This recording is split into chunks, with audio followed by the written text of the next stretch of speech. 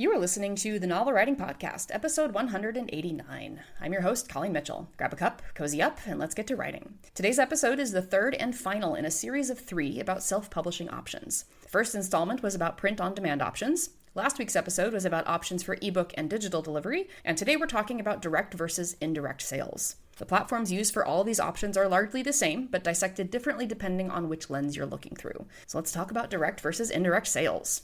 So direct sales means you are selling via your own platform. It means you are accessing readers without a middleman who keeps the contact information. And the primary middleman that I'm talking about here is Amazon.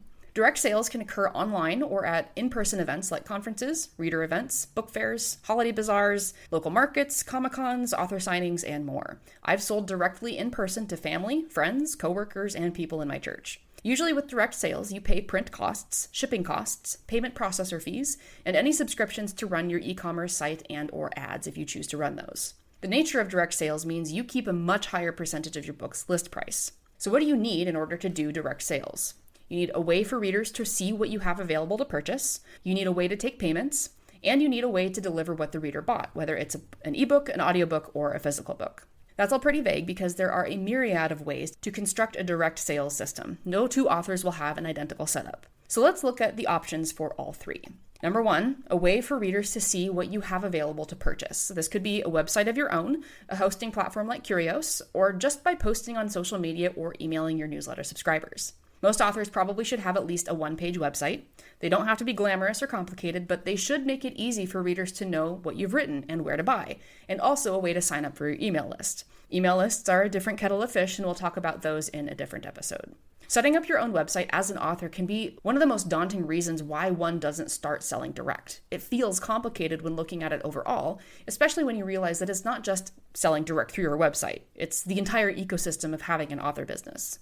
My suggestion is to start off by looking at the websites of your favorite authors and see how they set them up. So number 2 is a way to take payments. For in-person events, this would primarily be Square, Venmo, PayPal, or Cash. For online sales, this would primarily be Stripe, Square, or PayPal, usually hooked up to an e-commerce tool like WooCommerce or Shopify and connected to your website. And those are by no means the only options available, so make sure you do your research if you really want to do direct sales. A sticky question for authors selling direct online is sales tax, and my only piece of advice here is to either talk to a tax professional, do a lot of research, or just use Curios for your digital direct sales since they take care of the taxes for you. Their core suite is free to use. If you are using Curios, they handle all the payment processing and you keep 100% of the sale price because of their business model of charging a small fee to the customer. For more about Curios, go back and listen to the interview in episode 186 with co-founder Greg Keogh. If you want to sign up, there is an affiliate link in the description. And number 3 is a way to deliver what the reader bought. For digital files, this could be through BookFunnel or Curios. BookFunnel is best for setting up delivery when selling direct through your own website, and if you use Curios, it will take care of the delivery when the reader purchases. For physical books, you need to ship it, which means you need physical author copies on hand purchased from a POD platform. Whatever system you use needs to collect shipping addresses when the customer checks out and have sales tax calculators properly set up. Then you need to package the book or books and head down to the post office or UPS to send it off to the reader. Alternatively, you can use a solution like Lulu to have them do direct fulfillment, but they might still need you to do all the sales tax things on your side. Selling direct is a great long-term goal if you A, want to keep more of your hard-earned money from writing books, and B, if you're willing to put in the work to build and manage the system. Because whether you choose to do direct sales or not, you're still going to have to market your books, and how much you make is going to depend on how you handle the sales side. Now let's talk about indirect sales, or what most authors do by default by selling through Amazon and the global distributors. With indirect sales, you upload your files for free or for a small fee to the distributors and then point readers to purchase from those locations. You don't handle shipping, payment processing, taxes, and the print cost comes out of your royalty. You keep a much smaller percentage of your book's list price. Indirect sales, and I'm biased here, puts you at risk of the distributor's whims. If Amazon decides to delist your book or shut down your KDP account, both of which happen more often than you'd think, you are out of luck. There have also been instances of authors whose payouts were held hostage by Amazon for months, putting them at risk of not being able to pay bills, especially if they're full-time authors. When the global distributors sell for you, you don't get to know who buys your books, and you can't contact them unless they take the initiative to join your email list or follow you on social media. Now let's talk about the breakdown of being paid by those indirect sales platforms. One of the benefits, as a sidebar, of direct sales is that you get the money that you earn either immediately or within a couple of days.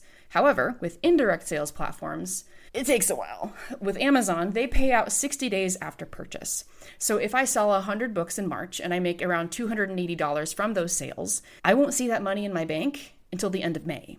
Ingram Spark also pays out about 60 days in arrears. Lulu pays out 45 days after the end of the month in which a sale is made. And then Draft to Digital pays out at the end of the month following the month in which a sale is made. So a book sold in January pays out at the end of February. This is common across all of those distributors, so don't be surprised if you sell a book and then you don't immediately see the money. That's just how Indirect works. And Indirect is the easy starter option. It gets your book out there and it lets you learn how to market to a sales channel without putting down money on a website or a direct sales system. Whether you're selling directly or indirectly, volume plays a key role in your overall success. But selling indirectly means you have to sell more books to make the same amount of money. Direct sales are more work on your part, but you keep more of the profit and have a better chance to curate and engage with your reader community. What I ultimately recommend for authors who want to sell direct is to not neglect the indirect sales channels and vice versa. Why? Because there's some weird magic that happens behind the scenes. If you're running ads to a direct sales channel like your website, your Amazon sales will go up. Even though you're not pointing traffic there, for some reason your sales across all channels increase when your direct sales are doing well or seeing ad traffic. And again, neither is ultimately better or worse than the other because it depends on what is important to you as the author. If you're okay with storing author copies and doing shipping runs to the post office, or setting up and managing a website and connecting all the pieces, do it. If you want to go direct with ebooks and audiobooks only and let the major retailers handle physical copies, go with Curios or a simple book funnel setup and let Amazon do the rest. If you don't want to manage all of that and you're okay with delayed payouts from Amazon, Ingram, and the others, stick with those and then go ham on marketing to them. What matters is that you are clear on your goals and your strategies, you're clear on what options are available, and you're clear on which platforms serve your purposes. And it might change over time, which is fine too. As for me, I'm a direct sales kind of girl. That's it for today's episode. Thanks for joining me, and remember, the first draft is supposed to be garbage. The Novel Writing Podcast is a production of Colleen Mitchell Writes. For more writing resources, including Curios, Tally Inc. author services, and the 60-day novel writing challenge, check out the links in the description.